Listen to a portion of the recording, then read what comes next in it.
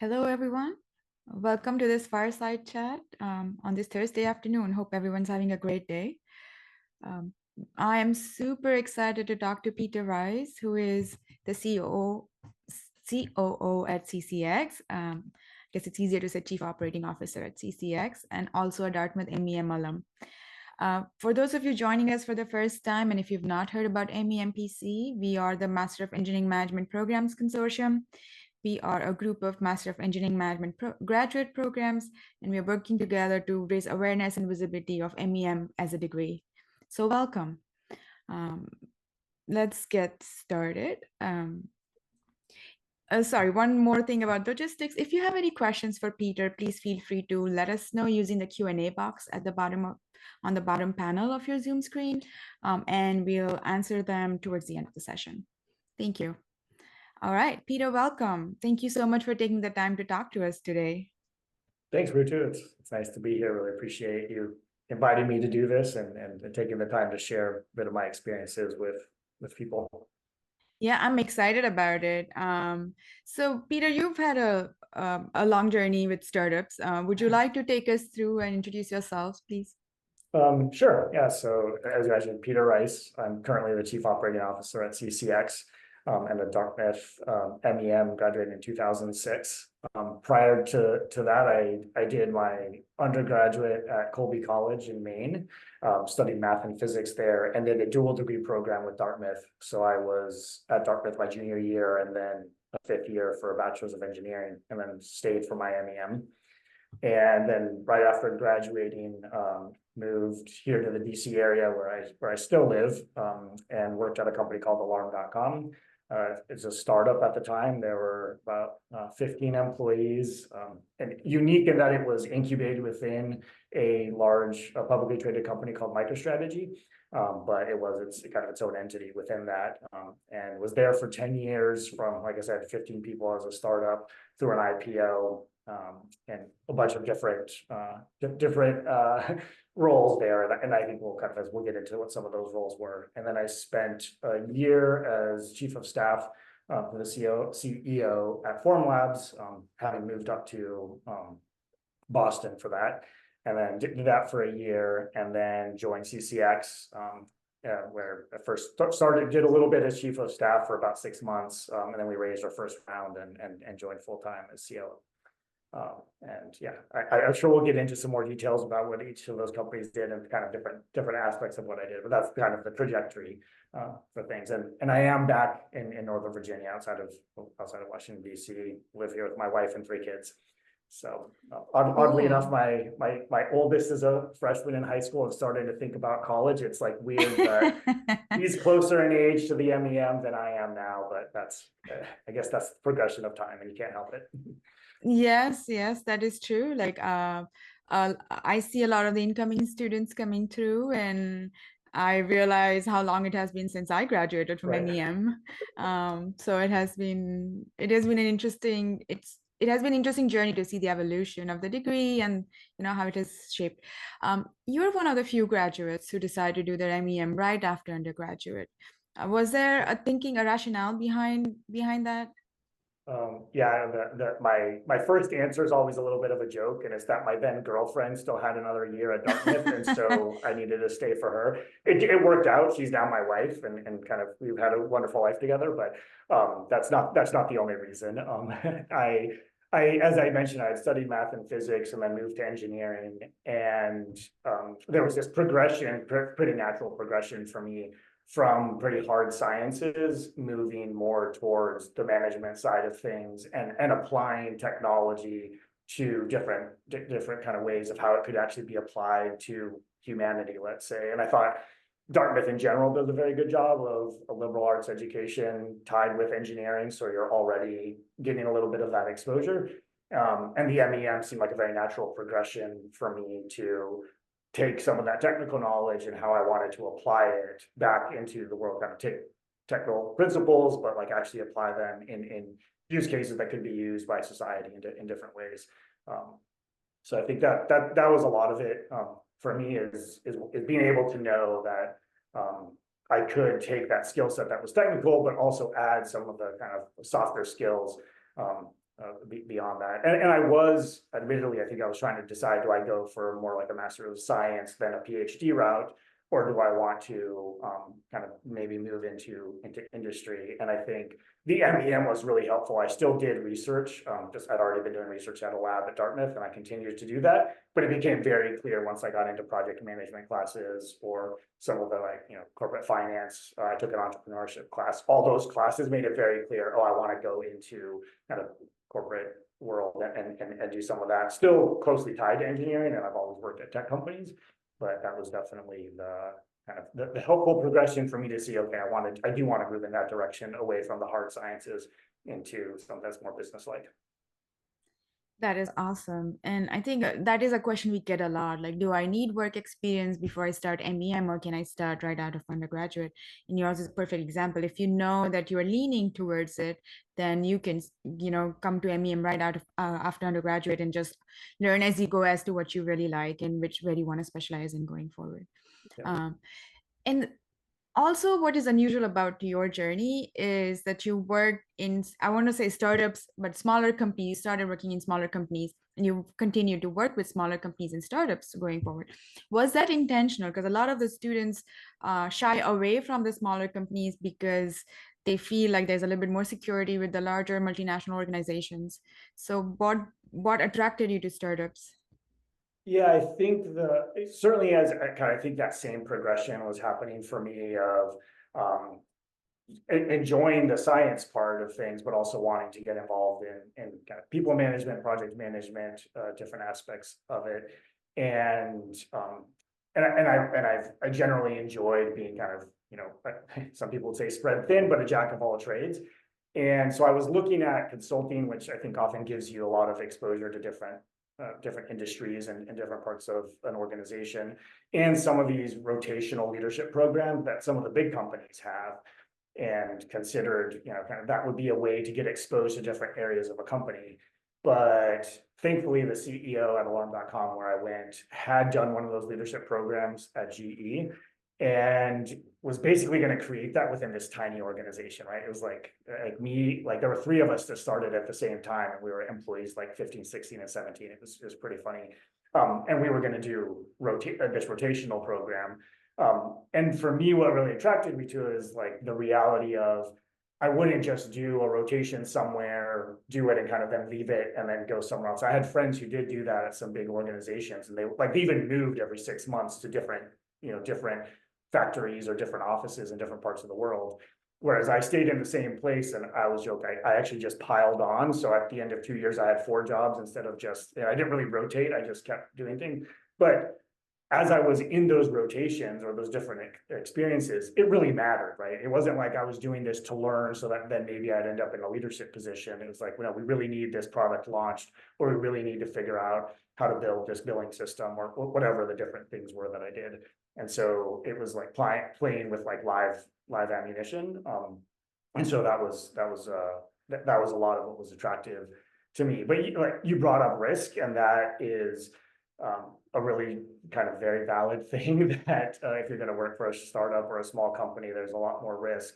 And I think for me at the time, it was, I was young. I mean, it was me and my wife, it was just the 2 of us. She had a job too. Like if things didn't work out, it would have been okay. And I was very lucky that alarm.com was part of MicroStrategy, this, big publicly traded company. So like benefits were decent, things like that. And then the fact that we had success there meant since then I've been able to be a bit riskier, just having a cushion where I kind of fall back if things didn't work out at one of the jobs. But yeah, I think you really need to think about what your tolerance for risk is, and kind of what some of the things are that you might be able to fall back on. Whether that's, you can move back in with your parents if something doesn't work out, or you have other options for other jobs, kind of, and being an engineer, or certainly in an engineering management degree, it's not always going to be super fast, but it is possible to get other jobs. It's not, I think there's lots of people that look for kind of applicants with this skill set. So I always thought, like, even if this doesn't work out, I'll have some good experiences that will help me get the next job, and it'll be okay. So yeah, it's risky for sure.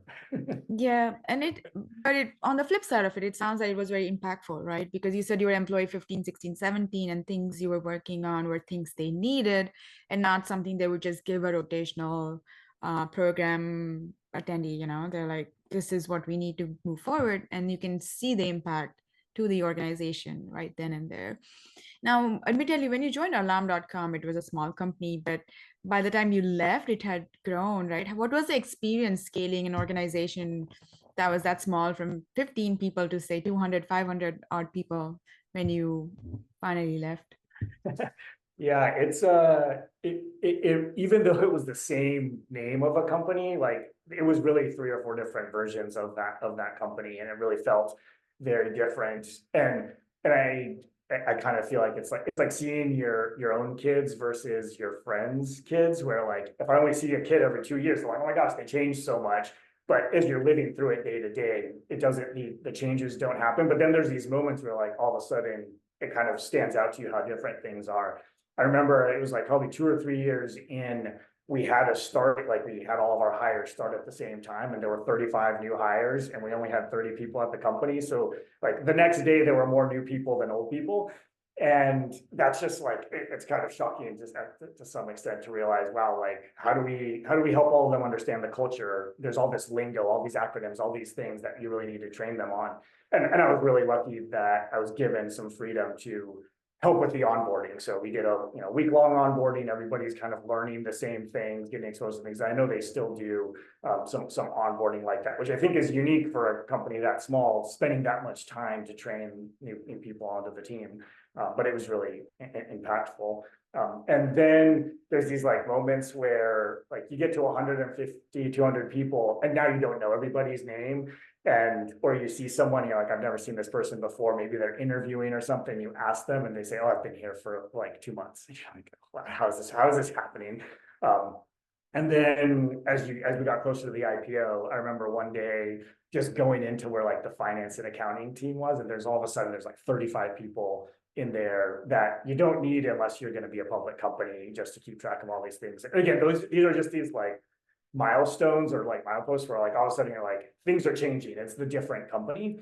But as far as kind of going through those transitions, I already mentioned culture. I think that's one that's really important. And how do you share the culture, and each person that joins is going to influence that culture, especially early on.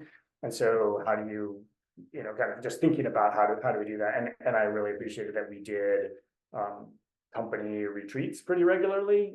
And again, one of those things where being at a small company, the CEO is like, hey, you guys have a budget of whatever the budget was, and me and 2 other relatively new people were like told, okay, go make it happen. So we went and found places to go, and you build that, and it's an opportunity to step away from the day-to-day work, share, here's some of our values, here's the goals, so everybody knows what the goals are for the company, and do that. And that's the type of thing which I've tried to bring in kind of subsequently, and certainly now at CCX, where I'm back to the like 10 to 15 person size company. How do we get together regularly? How do we make sure we share that information to keep the culture across the organization?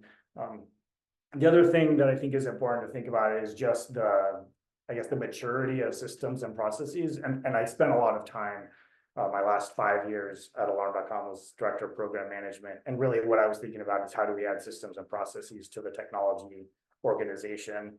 And I remember like talking with our chief software architect quite a bit about, okay, let's just manage everything in Excel. And once we've, it's really easy to change your process or change, what data do we need to track, all this other stuff. You can really easily make a change and then be able to, kind of, once you have the process in place and you've done it for a few months and it hasn't changed that much, okay, now let's go put it into like a real system. And so Jira is something that we spend a lot of time implementing. And Jira is pretty flexible, but some other tools just take a long time to set up, and then it's really hard to make changes.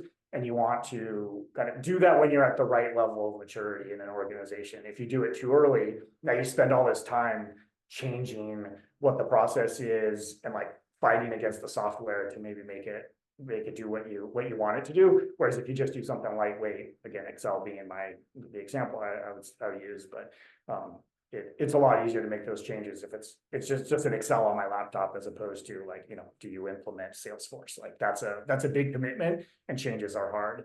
So that's another area that kind of it stands out to me as kind of things I was thinking about. Yeah, and I can imagine even getting the buy-in and getting people to use the processes that you plan to implement going forward, right? You will always be co-creating for the first few months because everybody has their input and people who are actually using it, that's when the plan meets the reality Right. kind of thing, right? Yeah. So um, when I worked at Motorola, we found it really hard to get adopted, processes adopted, because I was Right. part of systems engineering team, and every new step was like met with a collective groan every single time, right? I don't know, was it similar at startups or was it something? Was it easier? It's easy sometimes just because there's fewer people that will groan at you. So and then kind of as you bring people on, they kind of learn this is the established process. But certainly that doesn't mean that the groaning stops. That certainly happens. And I think just bringing people along to buy into what you're doing, and as you mentioned, kind of having them co-create it, and that's certainly easier at a smaller organization, right? If you have 150 people, you can't have all of them co-create anything. But having representatives from the different groups who are going to maybe be evangelists within the rest of the organization for you, or just bringing in that perspective to help you understand, for me at Alarm, it was always, do the product managers, engineers, QA, DevOps, do all of these teams kind of agree with the process maybe that we're trying to implement? So, Yeah, that is always a fascinating process, just seeing people interact with something you've created and move it, take it forward. Yeah. And now you were at Alarm for a very long time, right? Was it hard making the decision to switch from Alarm to Form Labs? Um, in in some ways it definitely was. I mean, it was the only job I'd ever had. But the kind of the two things that pushed me over the edge. One was just the realization towards the end that like it'd been probably 18 months where my job was now very much the same every day. Maybe you're deploying different technology or you're doing things a little bit differently, but really the job started to feel stagnant to me.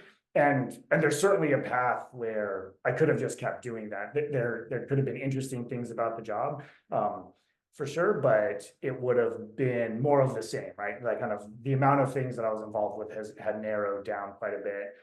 And I met with our CEO, we had lunch, and he said, I think it might be time for you to leave. He's like, I mean that in a nice way, but I think it might be, kind of like given what I wanted to do, I wanted to move into like a COO type role. And there were already people with that. I didn't want to take that job from any of the people that I was reporting to. So it made sense to make a change at that point. And certainly not easy, but then it gave me an opportunity to also reflect on kind of what is it that I want out of my career and things that I care about. And certainly one of the things was I want to move into kind of this, the C-suite, to have that exposure to like the board and things like that. And I also spent some time thinking about what are maybe some of the challenges that are facing, I guess, my generation and that I want to be involved with. These aren't the three things that I came up with are not the things that must be universal for everybody, but they're three things that I care about for different reasons. And I wanted to move into that space. And those three are healthcare, education, and energy. They're kind of just three things that stood out. Partially just, my own family thinking about their things, and then kind of the different aspects of society that seemed interesting to me. And Alarm had little pieces of all of that. Form Labs also had little pieces of that. Obviously, CCX being directly in the healthcare space, it was most obvious that's what I was going to do. But that was kind of that helped frame my decision making. It's okay, I want to move towards the C-suite, and I wanted to be in one of these three areas. And so that was really the decision point to leave Alarm and go to Form Labs. And you have a very interesting story about how your transition from Form Labs to CCX came about. Would you like to share that with us? Sure. Yeah. So the CEO here at CCX is my cousin, Nathan Sigworth, and we were actually at Colby and at Dartmouth together. We were roommates at both schools, and he started engineering and then he moved to I think economics, but he actually reached out to me while I was at Forum Labs, really to be an angel investor in CCX. So we got together, and it was clear to me that my time at Forum Labs was coming to an end. And so I decided I was like, well, what if I joined you and gave you my time instead of just writing a check? And so that's why I joined. And I did, I mean, as I mentioned, I was chief of staff and only part-time for about 6 months, because we thought it would be fun to work together, but we really wanted to confirm that. So we spent, 6 months where I was like not fully committed, but really enjoyed the experience and found that we really balance each other's strengths out very well. And so it worked nicely for us to work together. And so we actually raised the first round of funding, and this was late 2018. And then I joined full time as COO. Yeah. Tell us a little bit about CCX. It is not a very well-known name, but I would love, as you said, it's in healthcare, and I would love to learn more. Yeah, so we build software for market access, both for payers and pharma. And so I'll try and explain what that means. So after a drug or a new therapy is approved medically, so kind of in the US, it's the FDA, or in Europe, it's EMA, that approves the drug and basically says it's safe and effective. So nobody gets hurt when they take it, and it does what you think it does, and kind of improve people's lives. Then it enters into this market access phase where, and let's set the US aside because we do everything a little bit differently here, but in the rest of the world, it enters into this market access phase where you're trying to determine between the payers and pharma how much should you reimburse for this treatment. Sometimes it takes place and looks like a negotiation. But there's different elements to it as well. There's something called the health technology assessment, where you're evaluating at what value would you be able to, would you be willing to pay for what you're receiving? And then how does it impact budgets, and how does it relate to the existing standard of care? And so, and this does happen to some extent to the US, it's just a different process. But that market access process, the negotiation piece, can take kind of on average in Europe, like 18 months. And so during that time period, kind of everybody loses, right? The drug is now technically approved from a medical perspective, but no one's receiving it. So the patients aren't getting the latest treatments. From a pharma perspective, there's obviously a lack of revenue. And if you are a government payer, your constituents, the patients, aren't getting the latest, most novel treatments. And so it's kind of a failure on all parts. So if you can shorten that time, we think it's a win-win-win for all of the parties involved.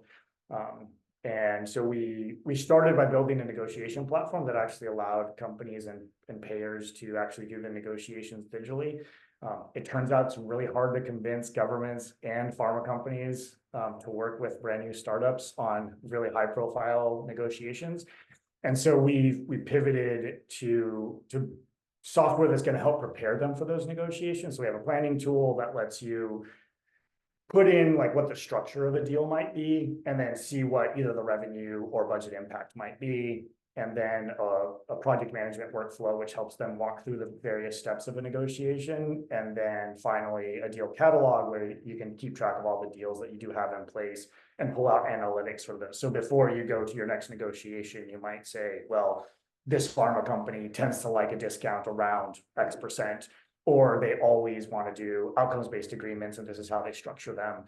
Those are the types of insights that you might be able to bring out from our tool. And the nice thing about all of those is that they can be bought and used by a single entity, so just the payer or just the pharma, but they can be extended to be something that works across both organizations. And then our goal is to get back to doing the negotiations digitally and do more of those. We have done a few on the platform, but we're now focused on a different area. So. Wow, sounds exciting, right? That's the part of pharma or healthcare you'd never get to see, because by the time you're there trying to get a drug, it's already gone through that process, if you will. Yeah, there's been a lot of emphasis in the market to add tools for the drug discovery piece. So there's a lot of, how do you plan a drug trial, or how do you even evaluate which molecules might be the best molecules? And then once it gets into the healthcare system, how do we deliver those those treatments, and how do we, kind of, there's a whole world around how do we actually receive the payment, but there's this middle layer of the market access piece, which doesn't have a lot of attention, which is why we're focused on it. Cool.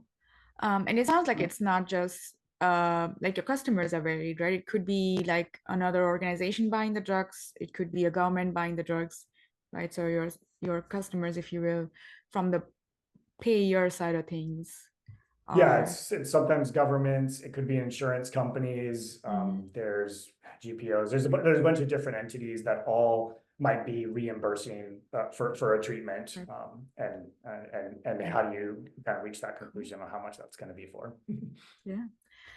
So what does being a chief operating officer at a company that builds tools for market access look like? Yeah, it's easier to say the things I don't do. I'm normally not involved in sales, and I actually don't write any code for our software, but almost everything else falls under my responsibility. So if you think about legal, HR, IT sometimes, marketing at times I've done, but it really is kind of all the other aspects to make sure that the company is running. And we're unique in that we're a US based company and kind of Delaware C Corp, but we do have subsidiaries in Europe. And so we've hired people in other countries, and we have accounting firms in different countries. So there's a lot of coordination across different organizations in different parts of the world. But what the way I look at it is I'm trying to make sure that everyone else, especially on the engineering side and the sales side, can just do their jobs, and they're not having to worry about anything else. Kind of keep everything else going, make sure everybody gets paid on time, make sure, we know where the money is in the bank, make sure contracts get signed quickly, things like that. So kind of all those other areas are the things I'm responsible for, and have those two parts of the organization, which I think are the ones kind of adding value. Kind of have them not have to worry about any of this stuff. Yeah. That's a simple way of, there's a lot of different things I do, but Yeah, I think that's the joy of being in a startup as well, right? Yeah, yeah. or rather smaller company, if you will. Um, and what are some of the more exciting aspects of being a chief operating officer? Yeah, for me, I mean, I'm sure you've seen kind of throughout the trajectory of my career, I've really enjoyed being in lots of different areas of what's going on. And getting to interact with people in different areas. And some of this has really just been like a continued desire to learn more. And so it's kind of a continued part of my education to learn different aspects of things. Um, and so yeah, that's certainly part of it. Just being exposed to these different areas. The other thing is just I do get to see that full process of like what are the decisions we need to make on the engineering side to kind of how do we make priority decisions, being a part of those conversations, and then helping our sales team, like how do we actually get these customers who seem excited about what we're doing, get them across the finish line, what are the concessions we need to make, how do we think about these different things. So I do really like the responsibility of trying to think through all these different areas and different ways in which you kind of think about how to prioritize, how to make decisions between different things that all seem exciting and kind of the next best thing that you could work on. So it's a lot of time thinking about those types of challenges. And just the variety. I mean, I mentioned one of the reasons to leave Alarm is that my job felt like it was getting very stagnant, and there's other interesting parts of it, but really what I was doing every day seemed very similar, and that is not the case. It's like for the last 4 years, I don't think I've had 2 days that look at all the same next to each other. Every day is something new, some new challenge, and that's exciting for me. I really enjoy that. Yeah, I can see that. I can hear that in your voice, which is pretty cool. Um, and it sounds like a lot of things that you are talking about are a lot of the things that a lot of the MEM students learn while going through the course, right? Would you say that the skill sets that you learn from MEM, you kind of use them even now? And then my second question, kind of addition to that, is what are some of the skill sets that you would say are required to succeed in a startup or entrepreneurial environment, if you will? Yeah. The like all the time, I feel like I'm going through doing something and I'm thinking back to I feel like I heard about this during the MEM or kind of one of those classes. There's certainly a lot of times probably the one that comes up the most, and this may just be like the last few years that I've been focused on it, is really corporate finance class. So just thinking about, okay, like I'm thinking about that stuff all the time. Whether it's putting together financials that we're then going to use to talk to investors to raise more money, or just thinking about how do I, make sure that we're keeping track of the cash correctly between the different organizations that we have, and FX challenges, things like that. So that's an area, but also I think about, I'm helping the team think about how do we grow and how do we add people to the team. When do we need different, I remember like in class learning about like a liaison, right, between different parts of an organization. And I did a lot of that throughout my career, but also just thinking about what are those positions, what do they look like as we grow the team and as we add people, how do we, there are different ways to organize a group of people, and kind of how do you put that together. But also, there are just so many different ways of things that I think about that go back to the MEM classes, and I think also the fact that I can talk with our engineering team and understand to some extent the things that they're working. I've stayed kind of abreast of how things happen on the engineering side because I've been close to engineers my whole career. Even though I haven't written any code, but just being able to engage in that conversation. And I think sometimes really, especially seeing the challenges of communication from non-engineers to engineers and being able to step in and try and help translate that. I think that's probably the thing that the MEM has served me the most throughout my entire career is you understand what the business people are talking about and you understand what the engineers are talking about, and helping to ask questions, help them translate to each other so that they're not missing each other. And it's sometimes fascinating to watch how you hear what somebody is saying and the other side is just not understanding it the same way. So you spend time kind of thinking about that. And I think again, the MEM is really helpful with that. I think so that's the MEM. What was your second question? Sorry, I know I had some thoughts. No worries, but... no worries. I think you're right. I think a lot of what MEM teaches is translation, right? I mean, you could be using the same terms, but they mean different things to different people. And then there's the whole miscommunication, the potential for miscommunication over there. My question was, what are some of the skill sets and mindsets that you think are required to succeed in a startup or an entrepreneurial environment? I think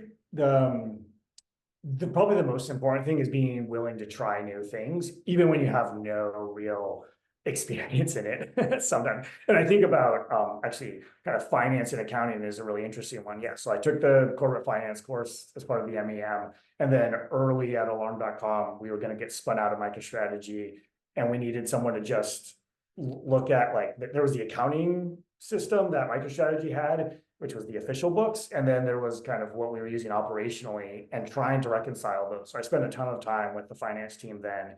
Because I had done that, they then asked me to help connect our operational system to the new accounting system once we were spun out. So that kind of like ends this chapter. And then a few years later, we were expanding internationally and we needed to do international billing in different currencies and think about FX and taxes and all these other things. So I helped with that project. And all of that kind of just prepared me for now where I am today, and actually kind of running the organization and thinking about the finance and accounting across 3 different jurisdictions with 3 different tax laws and all these other things. And like, I'm not doing any of the accounting, but understanding enough to talk to our accountants and make sense of it. That's like just one area. I can also think about HR, where you thought about kind of organizational dynamics during the MEM, and then I jumped in and helped with, I mentioned kind of the onboarding of employees and doing recruiting, which kind of were like volunteer jobs when I was at Alarm. It was like, I still have this other job, but sure, I'll help with recruiting, I'll help with this onboarding. And then when I was at Formlabs, actually, the people operations team reported to me, and now here I am kind of basically running HR. Again, I have lots of help. We use outside consultants. I'm not doing everything myself, but I have enough of an understanding. And all of those came from, like, somebody needs to do this, fine, I'll raise my hand, I'll be the one that jumps in and does that. And I think you have to be in the right role. We wouldn't want all of our engineers doing that. We want them to be focused on building the product. But if you put yourself in the right position to do that, and I think product managers, and kind of, certainly being in a leadership development program gives you that opportunity to just try different things. And being outside of your comfort zone, I think is helpful. I think we also live in a time when like it's a little bit easier to try things that you've never done before because there's so many resources out there. One of the things that Max, the CEO at Formlabs, did, which at the time drove me crazy, is you'd be in a meeting and he would be Googling kind of whatever subject matter you were talking about, and then he would disagree with you because he was like, well, I found a different answer on the internet, basically. And it drove me nuts at the time, but it's also a sign just like there's so many resources out there. We don't always have to reinvent the wheel. And so being someone who's resourceful and finding, okay, what are the areas where I do need to innovate, right? As a tech startup, there's a lot of innovation that happens, but there's other areas where you don't need to innovate. Somebody's done it before. You need to find that and maybe use that template. So being able to get that, and it's also easy to find, right? Like there's a lot of resources on the internet. I don't have to necessarily go back and get a degree in whatever that thing is. I can find some resources. And if you have enough of a background and basis from your education, then you can kind of learn from those and move forward. Yeah, the other things that I think are important, just like we already talked about, just being like have a good understanding of risk and what kind of risk you're comfortable with. That's really helpful. And you just have to evaluate that for yourself as kind of figure out what the risks are at the organization that you're joining and how comfortable are you with those risks. Yeah, and how do you mitigate them? Like always have a plan B. And yeah. Exactly. Yeah, I can imagine, just having this wealth of knowledge and being comfortable enough to know where to look and what to kind of actually take in versus what to say, no, that does not pass my sanity check. And, there has to be a better answer or a different answer to that one. Yeah, and that's certainly a problem with the internet. There's a lot of things that are wrong. That's right, especially now. I feel like, before it took a little bit more work to put stuff on the internet, but now things are so easy that you can argue yourself on both sides of the equation without, and in some cases it's good to have different perspectives, but in some cases there is a right answer, and then you need to be able to be smart enough to be able to discern between the two. What were some of the most difficult challenges you've had to deal with in your roles with startups? Well, so I think the last few years, COVID was something kind of, I think everyone in any leadership at any organization struggled with. We actually raised our Series A in March of 2020, and in fact had investors who had committed and then pulled out last minute because their LPs said, sorry, we're not, you can't write any checks right now. And so it was just a strange time, and knowing how to navigate that, especially as a young organization, we let some people go or laid them off just because we didn't think we were going to have work. But in retrospect, I think I would have been more aggressive with that because we ended up spending money for a while that, and we weren't making progress on things. But I mean, that's just a challenge. Those are the things that you have no control over. I think outside of that, I think pivoting is really hard to do, kind of, especially you've committed time and resources to something, and we're dealing with that right now, where we spent 4 years building a negotiation platform, and every day is kind of like, we're not selling it, we're not using it regularly. We think we will again in the future. We are describing it right now as an anchor we drag around everywhere we go. Like, we could make some different technology decisions if we didn't think we were ever going to use the negotiation again. And so there's this emotional attachment that I have, that the engineers who wrote that code have, and we're thinking we're in a different place now. We're selling something slightly different, but how do you make those decisions? And those are tough decisions to make. I know when I joined Alarm in my first week, we talked about there's this one specific type of customer that kind of the statement was, we will never work with them. Like they're not the type of customer that we want. And literally 2 years later, me and the other person who started at the same time, Colin Murray, who's also a Dartmouth MEM, like we spent probably 90% of our time on those specific type of customers. And he still, I think, is doing that work, 15 years later. It was just one of those things where like, okay, we were sure we would never do that. And then you have to pivot. And now they became a huge part of the business for alarm.com. And so knowing when do you make those pivots, when do you throw things away and just start over is hard. And you have to do that in all these other little ways as well. Kind of as the company grows, someone else is, like right now I am in charge of all these other things, but in 2 or 3 years, hopefully we have a head of HR. So I'm no longer in charge of HR. Now we have like a chief, so whoever's in charge of legal, right? Whoever kind of, and now they're in charge of legal. I'm not in charge of it. There's just this letting go of things. And so you have to hold things lightly and knowing when is the right time to bring someone else in. Those are the things that are hard. And I see it certainly kind of, I've seen that at Alarm, at Form Labs, and I even see it some at CCX where, people have a nice big domain and it's going to get smaller as more people join, or you're not going to know everything going on. And it's really, it's difficult, but it's a sign of progress and growth. And so you have to do that.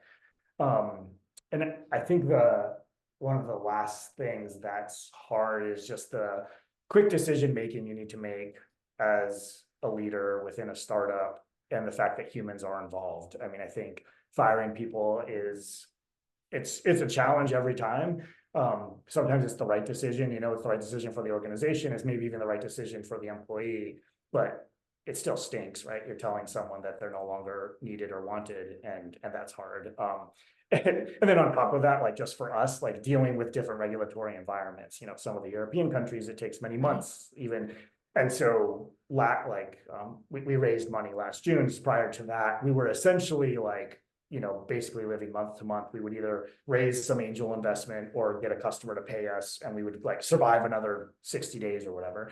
But in some European countries, you have to give 3 months notice. I was like, well, I don't even have that much cash on hand. And so having to make a decision there really early before we got to that point, even though we probably would have held on to those employees longer, but because of the regulatory environment we struggle with. So these are like all these jumble of things that you have to think through as you're making decisions.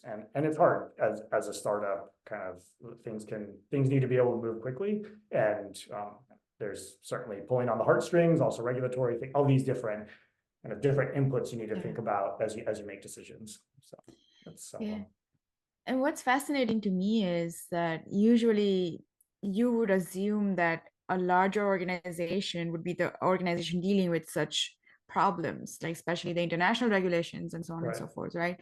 And then a larger organization would have a team dedicated who knows the laws in that country, kind of working with it, or have a separate team, just, the HR part of it, as you said. But in a startup, specifically at CCX, because it looks like it operates across multiple countries and so on and so forth, that it's a startup, so it falls to the COO to kind of have to deal with it or worry about it and have the knowledge about it as well, right?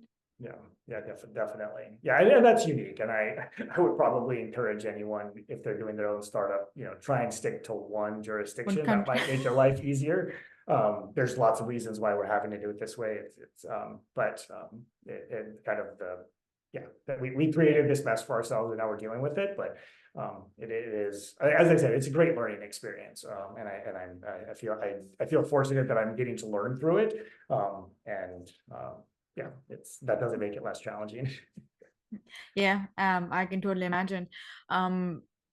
If anybody has questions for Peter, well, please use the Q&A box and let us know, and I can relay them to Peter, and Peter can answer those if you don't mind.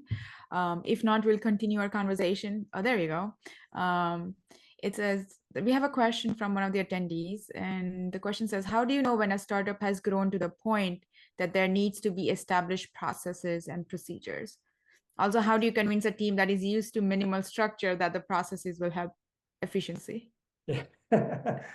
That's a good question. I think things start to fray, and that's kind of the first sign. And it means much more kind of people involvement just to keep things straight. And actually, we just went through this. So last June we were at 5 people, and now we're at 15. Most of that on the engineering side, and we were very loosely using Jira to track our issues. But we've now really established much clearer processes. I mean, there's now 4 engineers writing code. We have dedicated QA. It's like everything has changed. And I think our head of technology was spending a lot of his time just making sure we had coordinated between all these people. It's like, okay, like there's established processes. It's pretty obvious. Like we need something in place. You need to assign tickets to different people. Kind of the normal software development cycle, which could be implemented. And then I think like you kind of think about adding just enough to kind of solve that problem at that point. We could have been like, you could be overbearing at that point, but we have a fairly simple process. It's like 5 steps. Everybody has to be a bit comfortable with some ambiguity at different places. And like, recently we were just having this conversation around like, well, is this a bug or is this an enhancement? And kind of everyone on the call thankfully said like, it doesn't really matter. Like an engineer needs to write code and then it needs to get tested. Like it's a ticket, it's in the system. Like in the future, I could see that would matter a lot more. Was this a bug found during QA? Was it a bug found in production? And like, you need to track all that stuff. But for now, we knew an engineer needed to do work. And so there was a ticket and who cares what it was called? And so, it's adding enough so that everybody continues to work efficiently. If everyone is having to call each other to make sure they know where things are, or in that case, our head of engineering was spending all of his time kind of running around, making sure people knew what was going on, that becomes a problem. And at least I personally probably would be on the side of like just a little bit under what you probably need is probably okay, because then people start demanding it.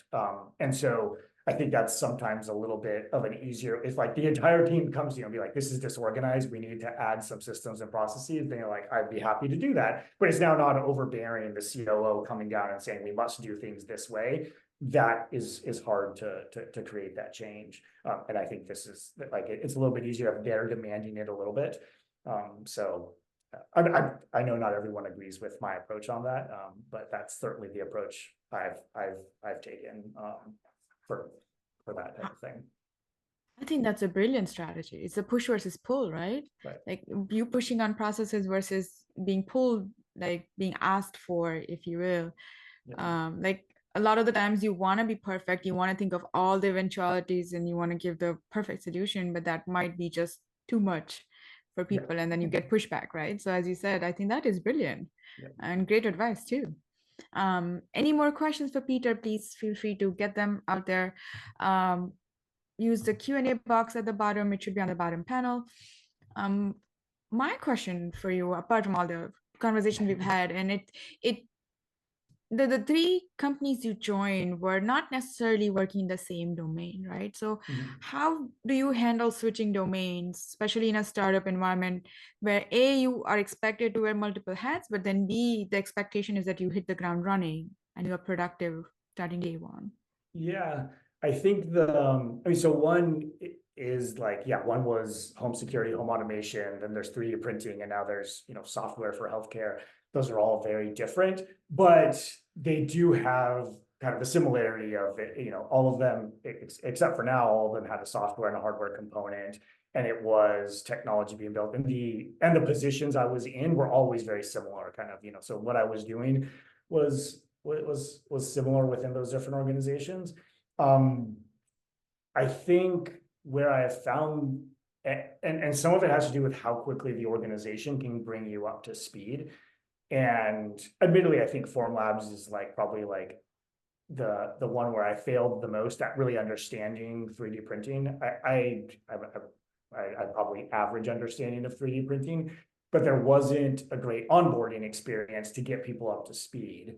And when I joined Alarm, it was small enough. I could ask anybody any question at any point. And we have some people, both advisors and some former employees at CCX, who understand market access worlds really well and were willing to answer all those questions. And that's kind of, I think most people that joined Formlabs were like super excited about 3D printing and so already understood it. And I just didn't have the ability to ask all those questions. But you need to create a culture where kind of people can ask those questions, go to understand things. People are willing to give them the time. It's certainly like kind of the old adage of like, there are no stupid questions. Like you need to be willing to ask those questions about what's going on to really understand.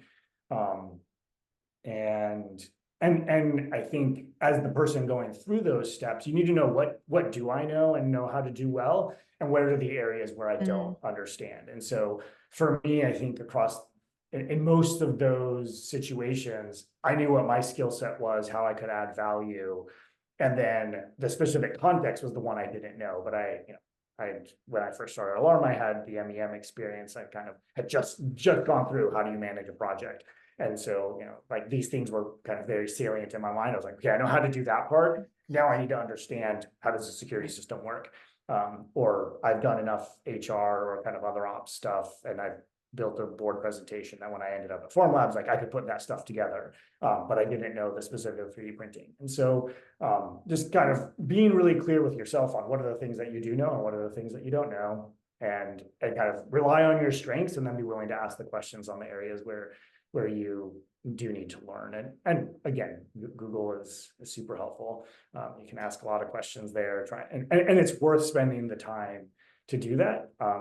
And I'd say it's so obvious when people have done that during interviews. Now that I'm interviewing people again, some people show up and they're like, I don't know what market access is. Can you explain it to me? And other people clearly, even if they're not from this industry, have spent a lot of time, and they may not fully get it, but their questions are so much more intelligent. If they just, it's really just 30 minutes before you do an interview. Make sure you understand what that company does, kind of what the world that they operate in is. You don't need to know everything. They don't expect you to, but to have at least done a little bit of research makes a big difference.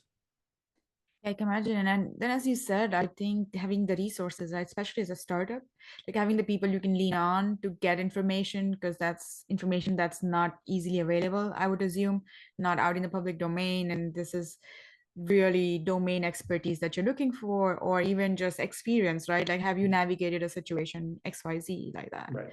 which is sometimes very unique, especially when it comes to startups, when you're operating in certain industries, for sure.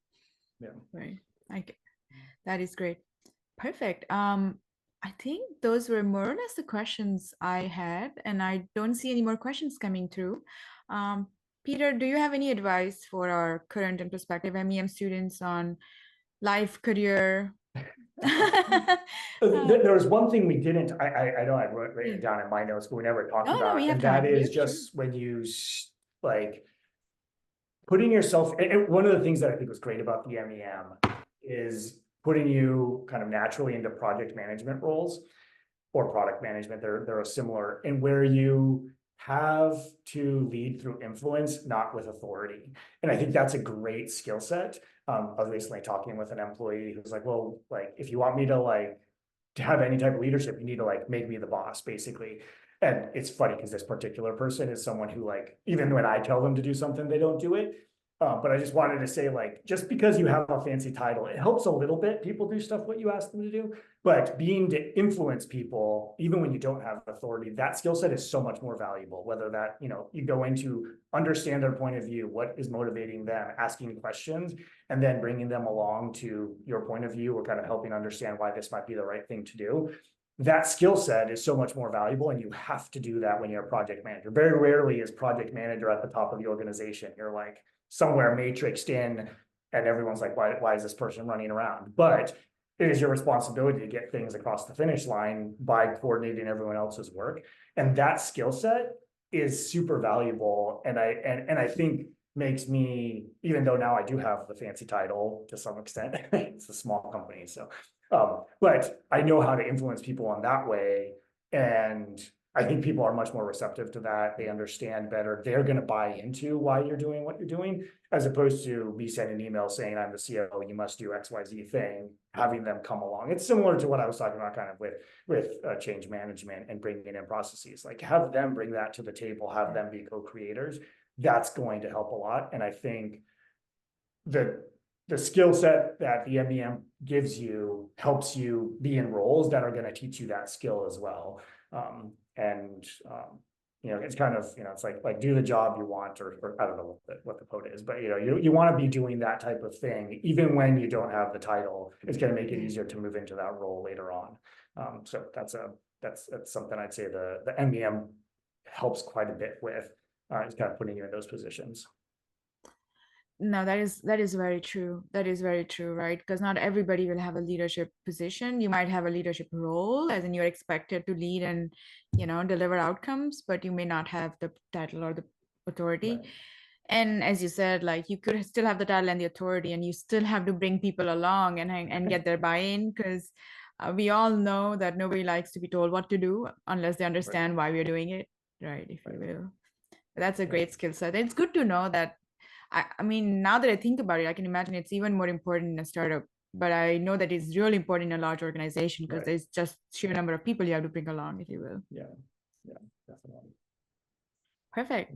Well, thank you so much for your time, Peter. This was an amazing conversation. I hope everybody who joined us enjoyed it. I am recording the conversation. I'll send the recording out. So if you missed it, you can definitely go back to it. In case anybody has questions, can they reach out to you on LinkedIn? Yeah, just make good sure, I'd say just make sure they, mention put a note? just say, like, I heard the webinar, or I missed the Yeah. webinar and I had a question, that's fine. There's lots of LinkedIn requests, and I tend to ignore the ones that don't have at least some words, so I know why someone is reaching out. And I think that's a good tip no matter what, like no matter when you're reaching out. I found that when I connect with people, I end up putting a note as to where we met, partially because I make connection requests to so many people. And then when I really want to reach out to a person, I don't remember where we met. But if I already have that message in, then it kind of starts my conversation saying, hey, it was great meeting you at SWE. I'm like, now I know where we met, and then we can build on it. So no, that's a good tip. So yes, if you have questions, please feel free to reach out to Peter on LinkedIn. But please put in a note that you watched this webinar and you had a question, or you are an MEM student and you have a question, however it works out. Yeah. Perfect. Thank you so much for your time, Peter. We absolutely enjoyed it. And I hope you have a great evening and rest of the week. And I look forward to hearing more about CCX and your journey going forward. Thanks, Ritu. It was really fun to do this. I appreciate it. So, thank you. Take care. Bye-bye. Bye. Bye, everyone.